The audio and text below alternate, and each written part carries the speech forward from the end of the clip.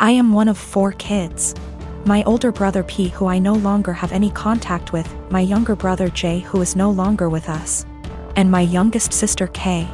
Recently P's children, 2 girls and 1 boy, all in their late teens and early 20s, reached out to me and expressed a desire to have a relationship. I have 0 contact with their father and swore that I would beat him black and blue if I ever saw him again. My oldest brother P was always the golden child. No matter what he did, my parents always had an excuse for why it was not his fault. Bad grade? Teacher had it out for him. Cheating on every single one of his relationships? Good thing you did it to her before she did it to you. That one was my personal favorite. He also used to torment Jay and I constantly when we were smaller than him, until in high school, when I hit a growth spurt and sprung up to about 6 feet 4 inches and 230 pounds worth of muscle. After that I became the typical jock type. Played football, partied, bunch of friends, etc. Well, my younger brother, Jay, didn't get as lucky and stayed pretty small and scrawny throughout high school and college, only getting up to about 5 feet 8 inches, and didn't have a super active social life. Despite the difference in our schooling experience, I was always very protective of Jay, especially since we were always having to put up with P's bullshit, which stopped once he realized I could pound him into the ground and not break a sweat, as he was also a lot smaller than me at only 5 feet 10 inches. Not much to say about Kay. She was a great younger sister and P didn't dare mess with her or he would incur the wrath of our mother.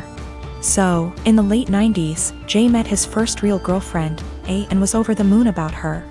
He spent every spare moment with her, and when he wasn't with her, he would do nothing but gush about her. I had never seen him so happy. Well, one day, he comes to us, all smiles, and announces that A is pregnant and they are expecting. The mood quickly turned, however, when a week later it came out that A had been cheating on Jay for the duration of their relationship with our older brother P. This broke my brother, and of course P, being the golden shit that he is, didn't even get a disappointed glance from our parents. To this day I have never seen someone look so broken as Jay had looked the last time I saw him. I believe his heartache was only compounded by the fact that my parents basically told him to get over it and be happy for our brother. Well, about a week after this revelation came to light, Jay took his own life. I had never been so sad and angry at the same time in my entire life.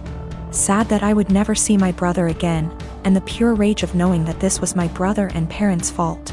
During the funeral, P walked in with A and I saw red.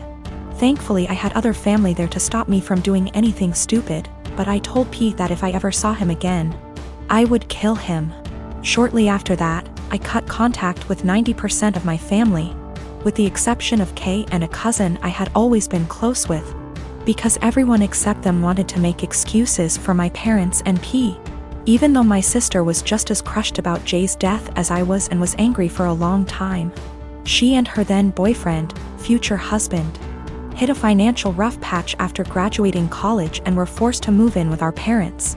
Due to unrelated drama at the time, they couldn't stay with me. So my sister stayed with them for several years, and over that time their relationship improved, and even though I wasn't thrilled at the time, I understood. She still doesn't really have a relationship with P, but is cordial if they meet. I don't blame her, because our parents did a lot for her and daughters love their cousins. So I didn't want to put her in that kind of position of choosing. I never had any kids, and truth be told, I never wanted any. I much preferred the role of the fun uncle. Kay met a great guy and had 2 daughters, who I absolutely adore. P had 2 more kids with A before cheating on her and splitting, and I've never met any of them. My parents have tried to make contact a handful of times, but I always told them to kick rocks. So last week, I'm chatting with Kay's daughters, 19 and 17. And they mentioned that their cousins have wanted to meet me for a long time and were hoping I would be willing to meet them as well. I don't believe they know everything that transpired between their dad and I, but I would be lying if I said I never had any desire to meet them. Recently I got engaged to my amazing fiancée Amy. I was the happiest I have ever been when Amy said yes, and was nothing but excited for our wedding. We started planning the venues, the dates, and the invites. When talking about who to invite, we both agreed to invite out coworkers, as we have worked in our respective jobs for years and like them all. As I checked that off the list, Amy spoke up and said everyone from my job can come except my work friend Tally.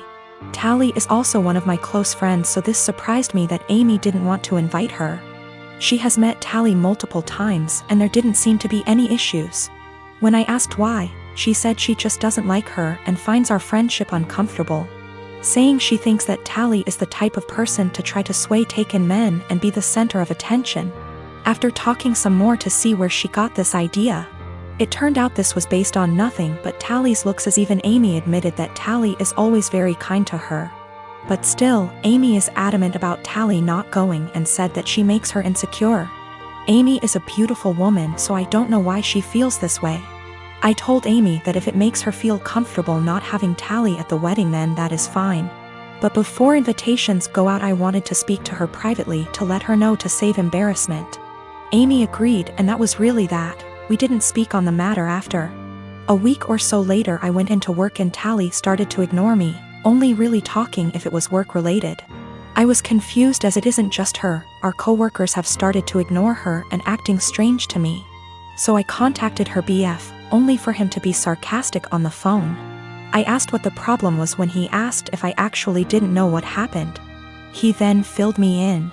Turned out a few days earlier Amy came to my work on my day off with invitations. I had no idea she even made them yet.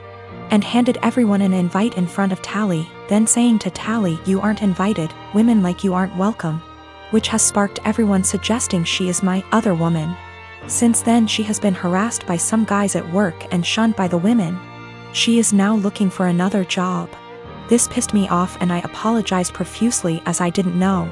When I got home that night, I confronted Amy about this. She denied it at first, but then told me she did it, but it is now not an issue because she's quitting her job.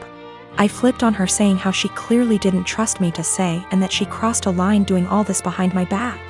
She didn't see the problem and got upset, asking me why I'm so mad, me responding, "If we are really going to get married, get your insecurities in check and grow up."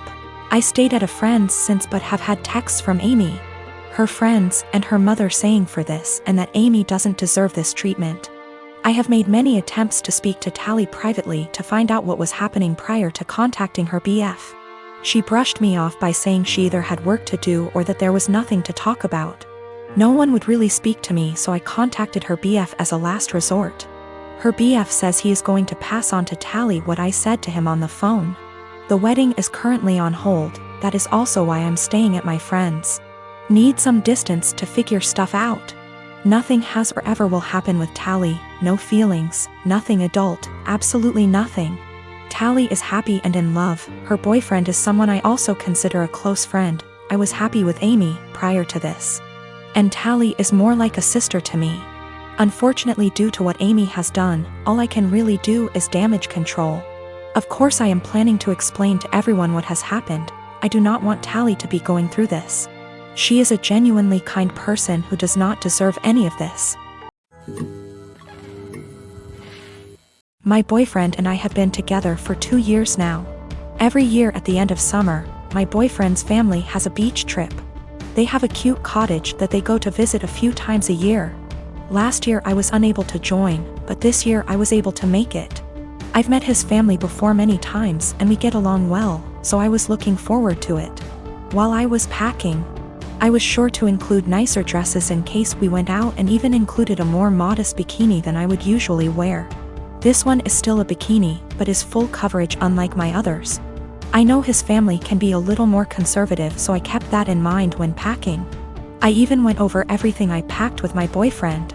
On the trip was my BF and I, his younger brother, his older brother, his sister-in-law, and his parents. The first day went by really well. Our flight didn't have any issues, we unpacked, got settled, and all went out for dinner.